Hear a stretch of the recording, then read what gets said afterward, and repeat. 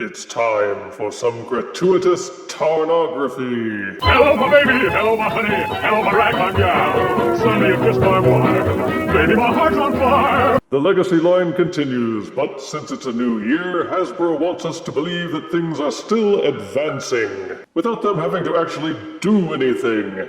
Hence, the Legacy line is now Legacy Evolution, not that crappy normal Legacy.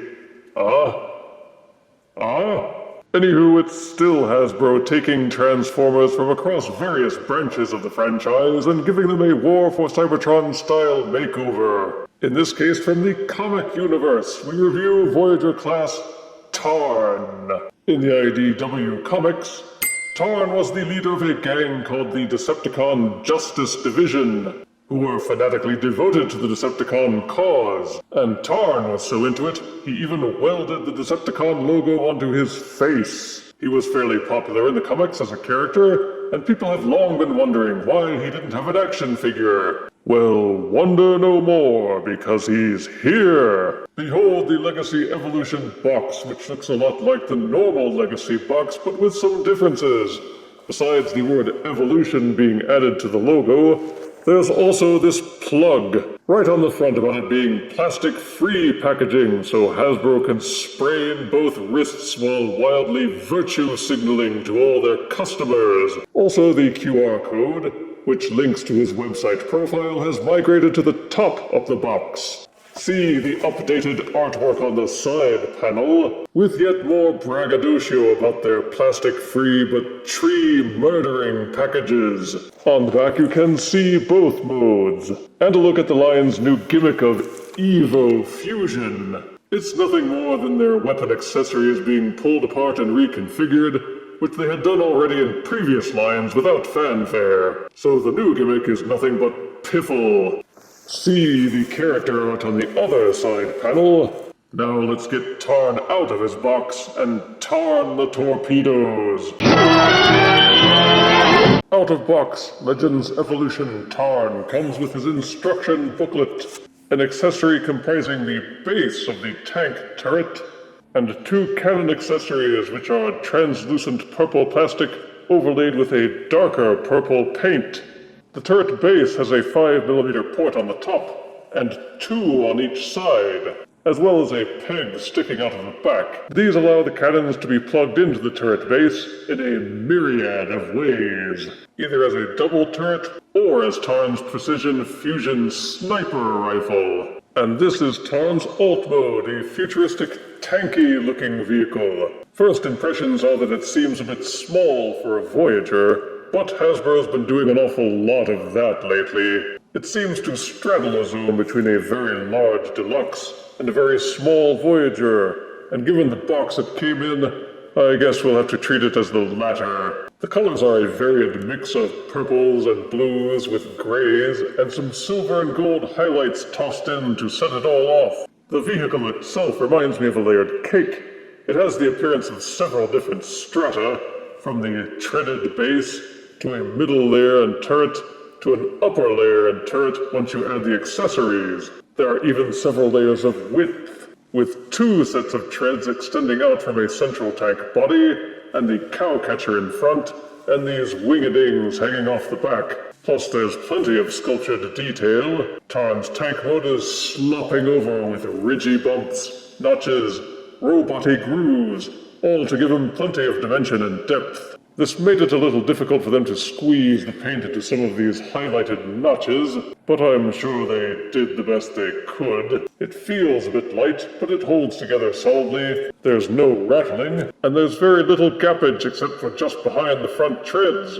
And these gold bits on the back. Turn him over and you can see some of the robot parts, but mostly they're not noticeable, except for the hands which are sticking out at the back. Thankfully, they're not all that obtrusive. There are 2 5mm ports on the top of the back tread, though only 1 on the back of the left rear tread. There's 1 port on each side on the back of the tank, and 2 on the side of each rear tread. There's also 1 on the top of the small turret up front. Any one of these ports can be fitted with any compatible 5mm accessory to tankify him even more.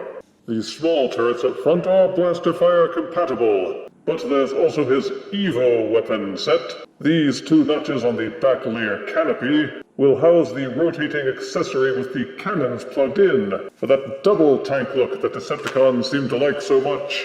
It's a pity the bottoms of the cannons are hollow, but that's another thing Hasbro's been doing a lot of lately. You can also combine them into his precision cannon for even greater extension. Compensating for anything, Tarn? The turret will also swivel to the left and to the right, and since these cannons are fitted in with 5mm ports, they can be raised and lowered slightly before the parts crashing starts. Sadly, the tread sections have no working wheels, except for these lame plastic rounded nubs molded below the treads. So Tarn won't roll, you can only slide him around. The mini turret cannons can be swiveled outwards if you wish, and the central turret has its own rotation joint, though I don't like using it if I can help it because it doesn't hold in very tightly onto the tank, and it has a tendency to pop off under any kind of pressure. But between the turret pieces and the extra ports, there is strong playability for the alt mode. To transform Voyager Tarn, first de-accessorize him. The top canopy of the tank pegs in right here, untab and pull it loose, and swing the back of the tank backwards a bit. Underneath the tank you will see some of the treads have rotated out to the side. Unfold them and turn them downwards, and untab the rear tread portions from the inside of the leg. Each rear tread untabs from this panel on the top, and folds in half, and the back half tabs into the inside of the front half thusly. Then fold this outer panel back shut. With these portions untabbed from the robot legs, tilt this portion of the arm inward so that it's straight, and then straighten out the elbow as well. Then this panel on the top of the forearm rotates and folds inward until it clamps over the side of the arm. Straighten out the robot legs. There are 2 hinges on the inside that you will have to fold until these gray portions become his kneecaps. Towards the end of the leg, fold these portions down to become Tarn's feet. Then separate the legs. The mini turret that was at the front of the tank untabs from the bottom and tilts outward. There's a folding hinge set inside. Angle it up and out until it's extended as far as it can go. Once the turret is out of the way, the cow catcher can be untabbed from this portion near the front. When turning to alt mode, the cow catcher has this little notch right underneath, which goes into this tab. But when transforming, pull it loose. With the turret out of the way, you will have clearance to rotate the entire turret section until it's inverted. You will note that you can't rotate it all the way yet. That's because the cow catcher is still in the way. The cow catcher section is attached to the robot head, which is folded inside the torso. The entire section rotates, which both folds the cow catcher down to become Tarn's chest, and rotates the head up for the dramatic head reveal. Each of these inner tread portions will slide inward very slightly and tab into this gray portion on the inside of the body. Push them together until they are slotted in.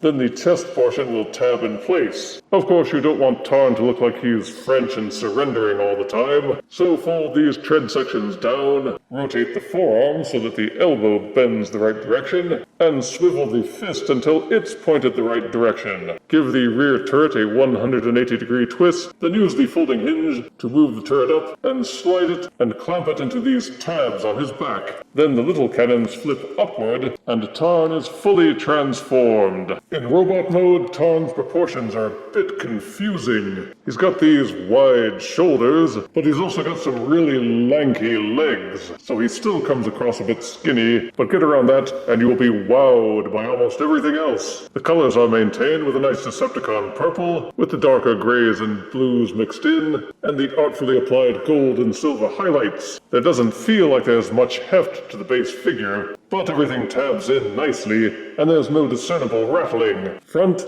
side, and back, he maintains a clean silhouette, and has no glaring hollowness, except at the backs of the feet. There's still a lot of sculpted detail from crown to sole, with his tank tread shoulders, his cow catcher chest, and of course there's that lovable face. Done up just like the Decepticon logo, ain't that cute? There's even light piping, though the plastic is very cloudy, and you'll need to get a strong light to get those eyes to glow decently. There's one 5mm port on each shoulder, 1 on the left forearm, 2 on the right forearm. The fists will also hold accessories. There is a port on his back, 1 at the side of each shin, and 1 on the bottom of each foot. So if Tarn's built-in weapons just aren't good enough for you, you can bog him down with as many Titan Masters, Prime Masters, Battle Masters, Fire Blasts, Fossilizer, and Weaponizer parts that you can contrive. Tarnation. Though of course you are supposed to plug his signature weapon into his forearm, the double-barreled fusion cannon which was his tank turret, or his precision rifle by plugging the 2 cannons together and making them his sniper rifle. But the base of the turret is not forgotten. You can store it into any one of the other open 5mm ports. Tarn's articulation level is quite excellent. The head will fully rotate on a ball socket. It will also waggle back and forth a bit.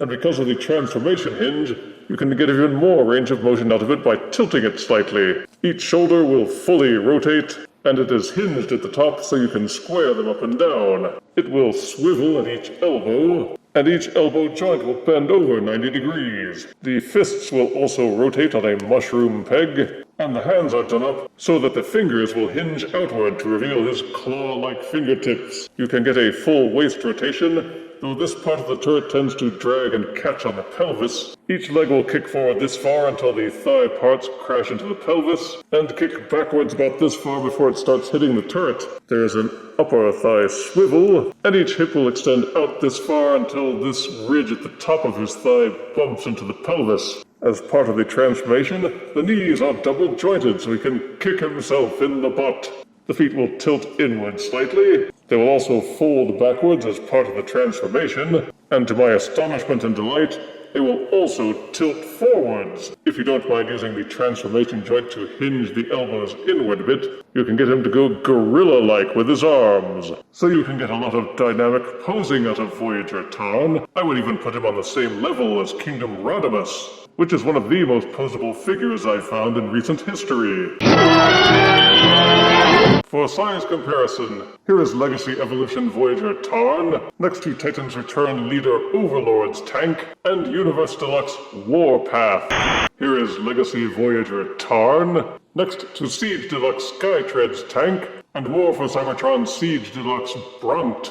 And here is Voyager Legacy Tarn, next to Legacy Deluxe Skullgrim, who is wearing my robe.